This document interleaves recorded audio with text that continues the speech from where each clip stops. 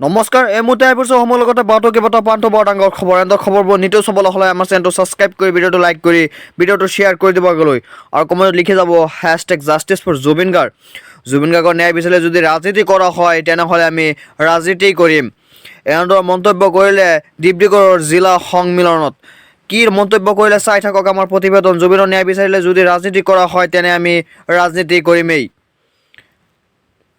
কিয়নো অসমৰ আটাইতকৈ জনপ্ৰিয় মানুহজনেই হ'ল জুবিন গাৰ্গ জুবিন গাৰ্গৰ ন্যায়ক লৈ এই মন্তব্য ডিব্ৰুগড়ৰ জিলাৰ নাগৰিক সন্মিলনত কি মন্তব্য কৰিলে চাই থাকক আমাৰ সম্পূৰ্ণ প্ৰতিবেদন জুবিন আমাৰ প্ৰাণৰ আপোন আমি ন্যায় বিচাৰিমে হাজাৰ বাৰ বিচাৰিম জেলতো যদি ভৰাই তেতিয়াও ন্যায় বিচাৰিম ৰাজনীতি কৰিছে বুলি কওক আমি কৈ থাক তেওঁ জীৱকে পৃথিৱীৰ সব মানুহে জানে ন্যায়ালয়ে দিব আৰু ন্যায়ালয়ে ন্যায় দিবৰ কাৰণে চাৰ্জশ্বিটখনটো ষ্ট্ৰংকে বনাব লাগিব অপৰাধীবিলাকৰ ওপৰত এনকুৱাৰী হ'ব লাগিব তদন্ত হ'ব লাগিব চাৰ্জশ্বিট ষ্ট্ৰং বনাব লাগিব এতিয়া তেওঁলোকে যিখন চাৰ্জশ্বিট বনাইছে প্ৰথমতে তেওঁইতো কৈছিলে ন্যায় আমি দিম ন্যায় বিজেপিয়ে দিব এতিয়া কৈছে ন্যায়ালয় দিব আমি জানো ন্যায়ালয় দিব বাট তেওঁলোকে যিখন চাৰ্জশ্বিট বনাইছে আফটাৰ ইলেকশ্যন এমাহ দুমাহ তিনিমাহ পিছত গোটেইকেইজনে জামিন লৈ পানি মানুহৰ আগত তিলগিলাই ঘূৰি ফুৰিব আৰু এদিন ক'ব যে এইকেইজন মানুহ দুখমুক্ত সেইধৰণেইতো চাৰ্জশ্বিট বনাইছে সেইকাৰণেইতো তেওঁলোকে CBIক নিদিলে আৰু তেওঁ কি কৈছে আপুনি ৰাজনীতি কৰিছোঁ জুবিনৰ ন্যায় বিচৰাটো প্ৰাণৰ মানুহজনৰ মোৰ ঘৰত দেউতা মৰিছে মোৰ মা মৰিছে মোৰ ল'ৰা কোনোবা মৰিছে কোনোবাই মাৰ্ডাৰ কৰি গৈছে আৰু মই বাৰে বাৰে ন্যায় বিচাৰোঁ কোনোবাই যদি কৈ ৰাজনীতি কৰিছে ক'বলৈ দিয়ক জুবিন আমাৰ প্ৰাণৰ আপোন আমি ন্যায় বিচাৰিমে হাজাৰ বাৰ বিচাৰিম জেলতো যদি ভৰাই তেতিয়াও ন্যায় বিচাৰিম ৰাজনীতি কৰিছে বুলি কওক আমি কৈ থাক তেওঁ জীৱকে সেইটোৱেতো তেওঁ আচল ৰাজনীতি গতিকে আমি ন্যায় বিচাৰিম প্ৰাণৰ আপোন মানুহজনৰ ন্যায় বিচৰাটো কেনেবাকৈ ৰাজনীতি হ'ব পাৰে নেকি আমি ভাবো এইটো ৰাজনীতি নহয় আমি ন্যায় বিচাৰিম আৰু আমাক ন্যায় দিব লাগিব আৰু আকৌ কৈছোঁ আপোনালোকৰ আগত এইখন চৰকাৰে ন্যায় নিদিয়ে বুলি কেনেকৈ গম পাই গ'লো তেওঁৰ নাটক গম পাই গ'লো তেওঁলোকে কি কৰি আছে অন্যায় অবিচাৰ অনিয়ম নাটক কৰি আছে আমি দেখি আছোঁ জুবিনৰ হত্যাকাৰীক ন্যায় দিবলৈ বিচৰাটো বাদ দিয়ক বচাবলৈ তেওঁলোকে চেষ্টা কৰি আছে সেইকাৰণেই কৈছোঁ যদি ন্যায় বিচাৰিছে তেতিয়াহ'লে এইখন চৰকাৰক ক্ষমতাৰ পৰা উৎখাত কৰিব লাগিব মংগলদৈত মুখ্যমন্ত্ৰীৰ ৰোড শ্বট জুবিন গাৰ্গৰ ন্যায় বিচাৰি উত্তপ্ত পৰিস্থিতি মংগলদৈৰ ৰোডত হাজাৰ জনতা জুবিন গাৰ্গৰ ন্যায়ৰ দাবীত সম্বলিত গামোচা প্লেকাৰ্ডত লৈ ৰোড শ্ব'ৰ সন্মুখত থিয় দিছে হাজাৰ জুবিন অনুৰাগী জুবিন দা কৰি কান্দি কাটি অৱস্থা নাই কাৰোৰে কিন্তু আজি সকলোৱে ইলেকশ্যনৰ ফূৰ্তিত জঁপিয়াই নাচি বাগি ফুৰিছে কিন্তু আমাৰ ফূৰ্তি লগা নাই আৰু মই মামাক এটা কথাই ক'ব বিচাৰোঁ যে কথাৰ মূল্য আছে কথাত কটা যায় কথাত বতা এতিয়াই পৰিছে পৰৱৰ্তী খবৰ এই মুহূৰ্তত ডাঙৰ খবৰ পলিটিকেল বিগ ব্ৰেকিং নিউজ কংগ্ৰেছৰ বিৰুদ্ধে মুখ্যমন্ত্ৰী হিমন্ত বিশ্ব শৰ্মাৰ বিচ্ছুৰণ অভিযোগ কংগ্ৰেছৰ বিৰুদ্ধে কি অভিযোগ কৰিলে মুখ্যমন্ত্ৰী হিমন্ত বিশ্ব শৰ্মাই চাই থাকক আমাৰ সম্পূৰ্ণ প্ৰতিবেদন কংগ্ৰেছৰ বিৰুদ্ধে বিচ্ছুৰক অভিযোগ হিমন্ত বিশ্ব শৰ্মা আৰু পীযুষ হাজৰিকাৰ ভুৱা কথোপকথনৰ অডিঅ' ভিডিঅ' বনাইছে কংগ্ৰেছে সিজু নামৰ ব্যক্তিৰ নেতৃত্বত ভুৱা অডিঅ' ভিডিঅ' বনাইছে কংগ্ৰেছৰ পৱন খেৰাৰ অভিযোগৰ পিছতে হিমন্ত বিশ্ব শৰ্মাৰ বিচ্ছুৰৰ মন্তব্য কি কৈছে হিমন্ত বিশ্ব শৰ্মা চাই থকা সম্পূৰ্ণ প্ৰতিবেদন পৱন খেৰাক ক'ব ই অসমীয়া মানুহক ব্ৰেইন নাথাকে বুলি ভাবিছিল আমিও যে 24 ঘণ্টাৰ ভিতৰত 2 ঘণ্টাৰ ভিতৰতে ক্লিয়াৰ কৰাই লৈ আহিব পাৰোঁ সেইটো ভাবা নাছিল ই যিবিলাক মানুহৰ লগত ইমান দিন ডিল কৰি আছিলে সেইবিলাক বেলেগ আছিল হিমন্ত বিশ্ব শৰ্মা বেলেগ মাল হয় 2 ঘণ্টাৰ ভিতৰত মই কনফাৰ্ম কৰি লৈ আহিলোঁ ডুবাই পাছপৰ্ট ফেক কালি তথ্য সহকাৰে আপোনালোকে পাই যাব আৰু ইনফেক্ট এটা ৱেবছাইটে আছে তাতে নিজেও জাৰ্নেলিষ্ট হিচাপেও আপোনালোকে চাব পাৰে সিজু বুলি এজন ল'ৰা বহি আছে তেওঁৰ ওপৰত FIR হৈছে এই গোটেই কাহিনীখিনি এই সিজু বুলি ল'ৰাজনে বনাইছে টেলিফোন এটা ওলাব পাৰে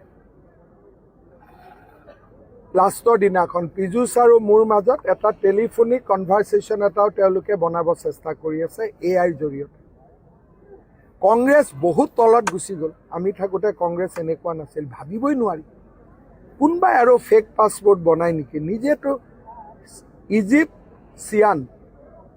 ইজিপ্ট গভৰ্ণমেণ্টে এটা এন লিখিবনে 2টা এন লিখিব ওপৰত দিছে এটা এন দ্বিতীয়টোত নেক্সটটোত লিখিছে 2টা এন ইণ্ডিয়া গভৰ্ণমেণ্টে এটা জেগাত ইণ্ডিয়া লিখি তলত আকৌ ইণ্ডিয়া বুলি লিখিব নেকি একদম মাথা নোহোৱা ই পৱন খেৰাই ভাবিছিল আমি একো বুজি নাপাওঁ, ই দপদপাব আমি শুনি থাকিম।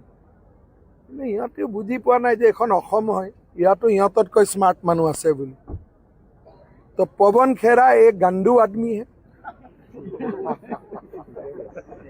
तो इसका दिमाग में था कि असम में बुर्बक लोग रहते हैं, फालतू बात करेगा।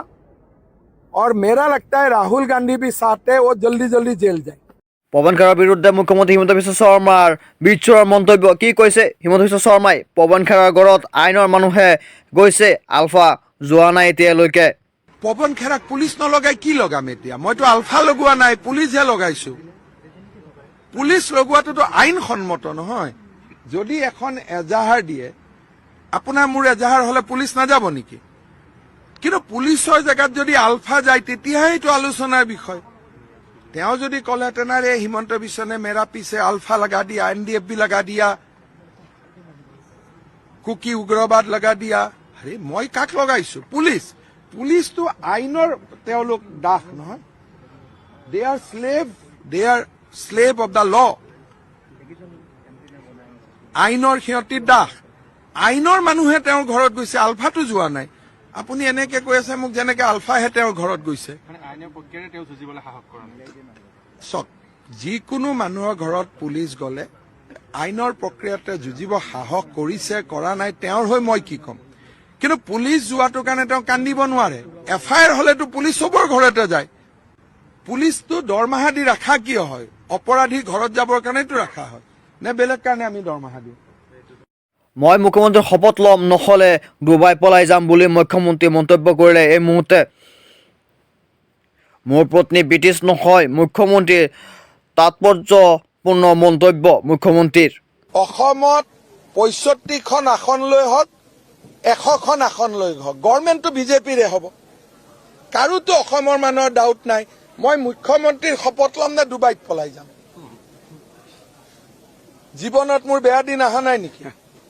মই গুৱাহাটীৰ পৰা হিলিছো নেকি? মোৰ ৱাইফটো ব্ৰিটিছ নহয়, মই ক'ত যাম? ডুবাইত গ'লে মোক কোনে ৰাখিব? আমেৰিকাত গ'লে ট্ৰাম্পে ৰাখিব নেকি? আপোনালোকে জানে মানুহ ইমান ফাল্টু বুলি ভাবে নেকি? ট্ৰাম্পে ভিছা দিয়াই বন্ধ কৰি দিছে মানুহক। তাৰমানে মোৰ এটা ট্ৰাম্পৰ লগতো ফিটিং থাকিব লাগিব। যদি মোৰ সঁচাকৈ ট্ৰাম্পৰ লগত ফিটিং আছে, আমেৰিকাত গৈ মোক থাকিব দিয়ে, অসমীয়া হিচাপেতো এইটো গৌৰৱৰ কথা। আপোনালোকে ভাৰতৰ বহুত সমস্যা আমেৰিকাৰ লগত মই আমেৰিকাত বহি সমাধান কৰি থাকিম, হয় নহয়?